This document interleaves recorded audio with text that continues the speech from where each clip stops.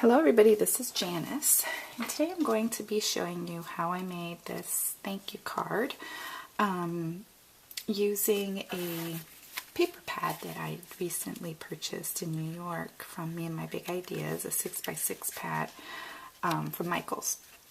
And so I'm just going to show you, this is going to be a fall thank you card. It's probably going to be for my mother-in-law or my mom, you know, just the different people that we visited in New York. I recently purchased the fall seasonal distress inks from Gypsy, and I'm going to be using these two colors today. This one's the Gathered Twigs and the Ripe Persimmon. And I have to say this is my favorite color because I don't think there's any other color in the line that looks like this. I wouldn't even know what would you call that other than it is orange, but it's just a yummy orange, I would say. So anyway, let's get started. I did get an idea from Stamping with Tammy. If you've never been to her YouTube, just search her, Stamping with Tammy with an I. And not only is she just a fun personality, but she has great techniques and tips. So check her out if you haven't already found her. I'm going to use my score buddy here to score a straight line down this leaf. Now, this was die cut with my Cricut from the designer's calendar. So I'm gonna just put it here on the 3 and then just score a line straight down. Then I'm going to fold it in half. And I cut it from some paper that I got from Recollections. This one was a 12 by 12. I guess it's like a linen. It has a linen texture on it. It cuts great in the Cricut. And then I'm going to go get my Cut-A-Bug.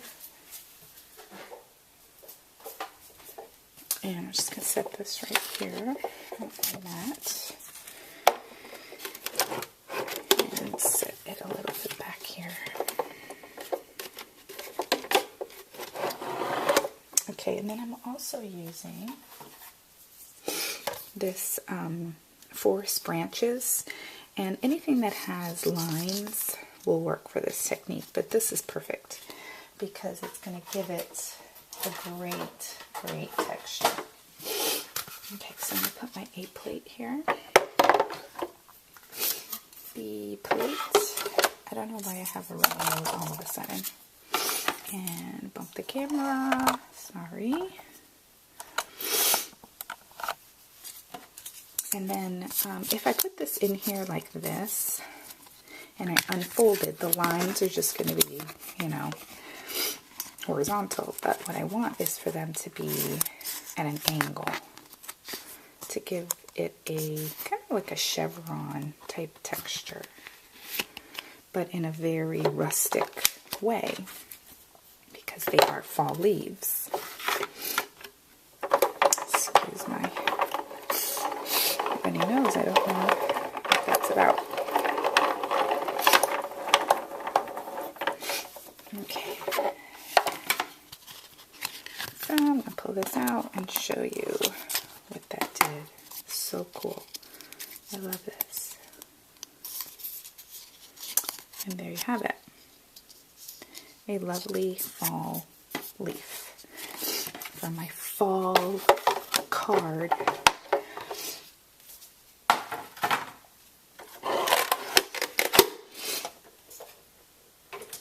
And I'm doing this in honor of Robin because my lovely friend, she had the fall distress inks first, and I've used hers, so I said, Robin, I got my fall distress inks, and she said, alright, go make something fall-y. So that's what I'm doing. Okay, so with the Gathered Twigs, I'm also going to use the Ripe Persimmon. We're going to give our pieces for the card some interest and dimension. Just getting some of my pieces here. Now, I had tried to film this already, and then it was like everybody was contacting me at the same time. My cell phone was ringing, my home phone was ringing, my husband was calling me. It was really funny. It would be a perfect blooper tape. So anyway, I already went around and distressed the edges of this beautiful, just a leaf background. And it's funny because this is a spring, so it's springtime, and it's all spring kind of images and backgrounds, but this gives it more of a fall look because we've added the brown twigs. So we're going to take that brown twigs, is that what it's called? No, gathered twigs, and we're going to go around the leaf now. And it doesn't have to be uniform or anything like that because it is a leaf.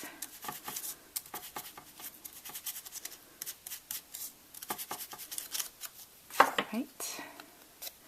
And then to the background piece, which, oh, and by the way, designer's calendar, and I believe this is 2 and 3/4, cut at 2 3/4, and then this is from Gypsy Wanderings, and I cut this at 3 1/2 from that same paper pack. And then now we're going to distress this piece, and I know, oh, there it is. This is the ripe persimmon.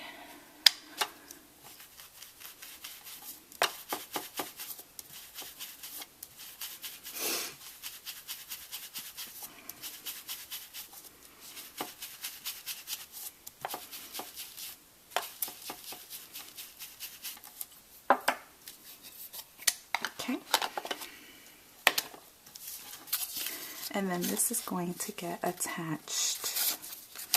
I'm going to do it in a horizontal way to this base. And I'm using some little dimensionals because I am going to pop this in the mail, so I don't want to go crazy with dimension. I don't want a chance that it might get ripped or destroyed in the Postal Service's machines because it's too thick, or or that it will get sent back. I don't have time for postal drama, so just try to kind of conform to their rules. That's important. Okay, so there we have the little base that's going to get attached here. Now, I love Christina Warner, like most of us do, and if you're new to YouTube and you've never checked her out, you should check Christina with a K, Warner, W-E-R-N-E-R. Great tips, great tutorials. She's good.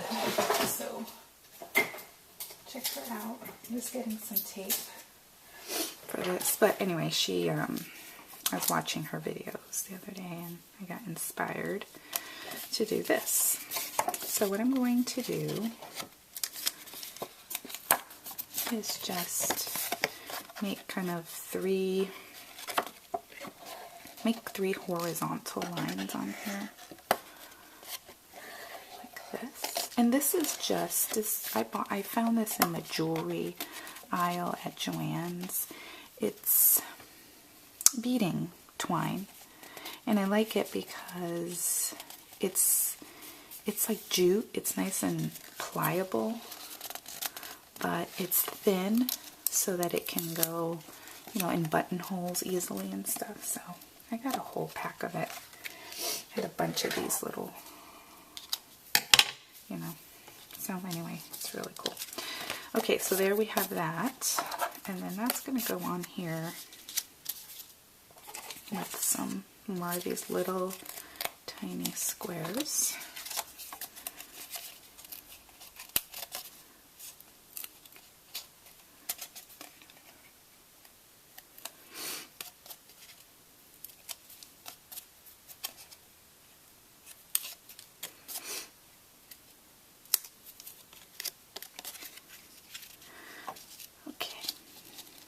So we are going to go ahead and adhere that to there.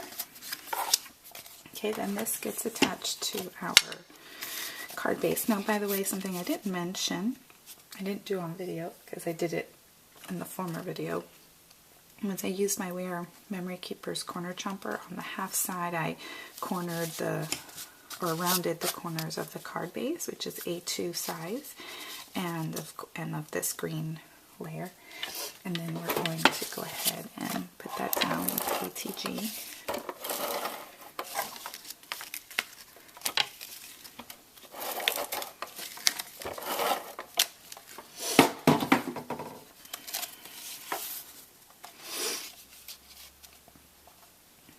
And I think I'd like to move this whole thing up a little bit. I don't know if I can pull it up now.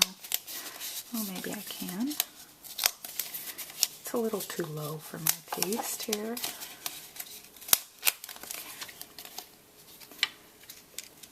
It's hard because I'm not standing right over the camera. There we go, that's better. And then what I did was I tied a little of the same beading twine on this little button that I also got at Joann's. That's going to go there, but before I put that there, I need to do something to our little tag here. I got this from Tags, Bags, Boxes, and More. And what I do with those little tags, on my Gypsy, if you don't have a Gypsy, check out the Cricut Craft Room. If you have a computer, it's perfect. What I did was I basically sized it. I unlinked the sizing feature, and that way I could put in how wide I wanted it to be and how high I wanted it to be based on my stamp. So we're going to stamp the sentiment right there using the gathered twigs.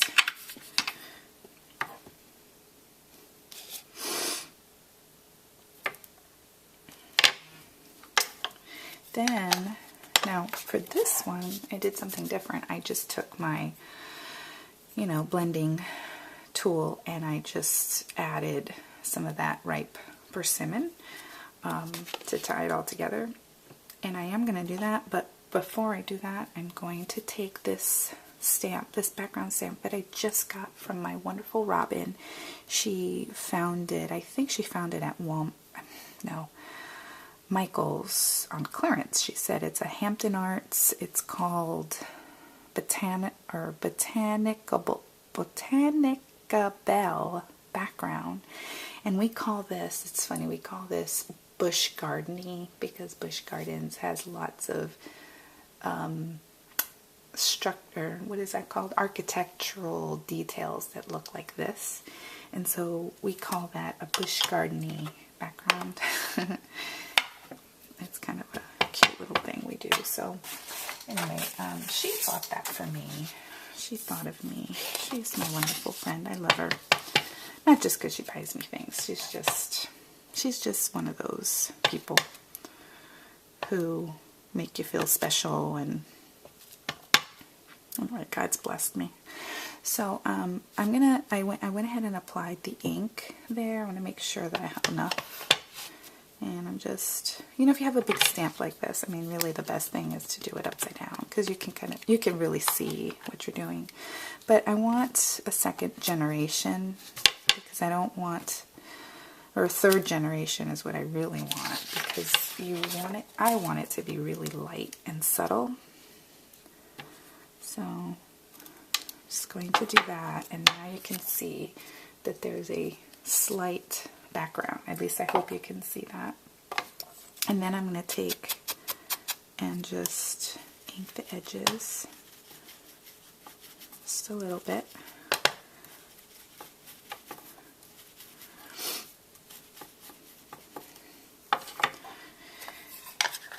Alright, and then because there's two layers of dimension here. There's a dimensional behind this layer and there's a dimensional behind this layer. On the edge on this side, I need 2 layers of dimension. So what we do is we take 2 take the backing off. And there we go. And then to this side, we'll just use a little bit of quick dry. You can use anything. It just depends on what kind of adhesive you like.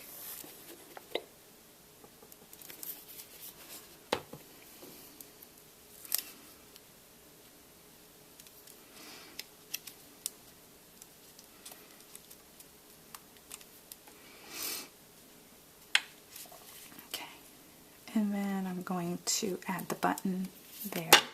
Oops. Just going to add a big dollop.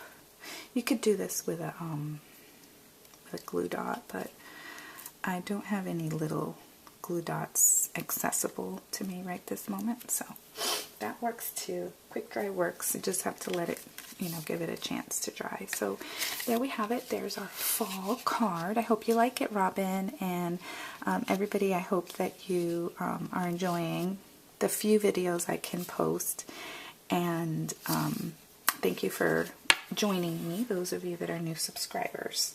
Thanks for watching, everybody. Bye.